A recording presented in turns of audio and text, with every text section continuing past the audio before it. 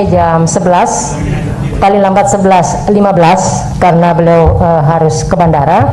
Oleh karena itu saya mohon untuk pertanyaan straight to the point. Silakan Prof.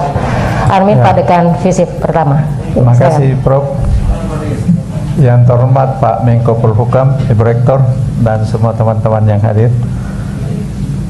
Menarik sekali ceramah Pak Menko Polhukam.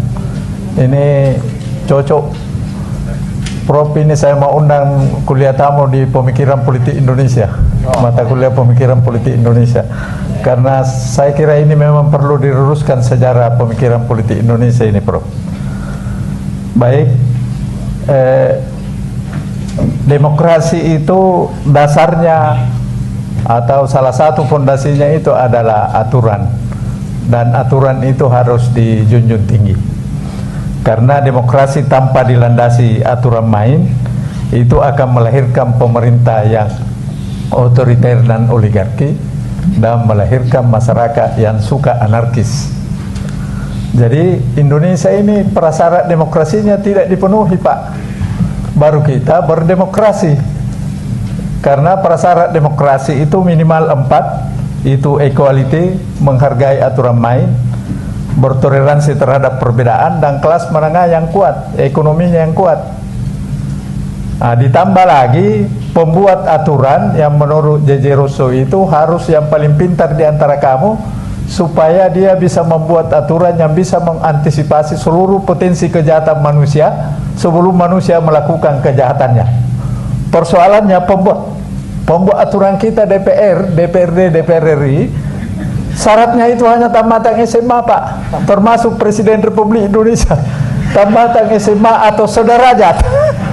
Jadi syarat pendidikan yang merupakan saringan, itu saringan bocor, Pak, karena sampah juga bisa masuk, karena tamatan SMA atau sederajat itu bisa pakai A, pakai B, dan pakai C. Kalau itu yang menjadi anggota dewan berarti tidak pernah sekolah. Itulah yang dipercayakan membuat aturan main.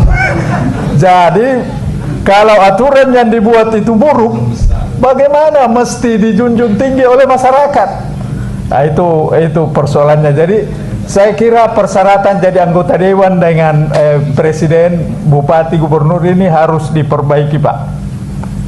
Jadi kalau mau jadi pemerintah ya sekolah, jangan naik kembali, sekolah dulu. Nah, ini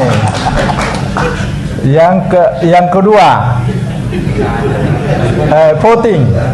voting memang pilihan terakhir dalam demokrasi. Saya setuju itu, karena memang tidak mungkin semua orang sepakat karena kepentingan yang berbeda-beda. Persoalannya, apakah orang yang memvoting ini berangkat dari Pancasila, yaitu hikmah kebijaksanaan dalam permusyawaratan perwakilan? Karena banyak anggota DPR bukan hikmah kebijaksanaan, Pak, tapi hikmah keuangan. Baru bermusyawarah, akhirnya lahirlah aturan-aturan yang melahirkan diktator mayoritas. Mayoritas memaksakan kehendaknya kepada minoritas, dan minoritas harus tunduk dan patuh pada aturan yang dia tidak setujui. Karena itu salah satu ketidakadilan yang sangat vulgar dalam demokrasi adalah kita harus tunduk dan patuh pada peraturan yang kita tidak pernah ditanya apakah kau setuju dengan peraturan itu atau tidak. Itu ketidakadilan yang sangat vulgar yang tidak pernah diperhatikan oleh pemerintah. Nah, ini penting dijadikan sebagai bahan renungan kita bersama. Kemudian saya setuju. Bisa dipersingkat, Prof? Oh, singkat. Saya setuju Pak Menteri mengatakan bahwa voting itu pilihan dalam demokrasi, apalagi Indonesia ini dibuat dengan voting. Tapi perlu diketahui Pak Menteri bahwa para pendiri Republik voting itu didahului dengan salah istihara, Pak. Salah istihara dulu baru dia menjatuhkan pilihan. Kalau sekarang anggota dewannya makan di warung, Pak, ribut satu hari sebelumnya setelah lobby di warung, di restoran, selesai besok, tidak ada keributan. Jadi keributan itu hanya dijadikan ancaman untuk lobby.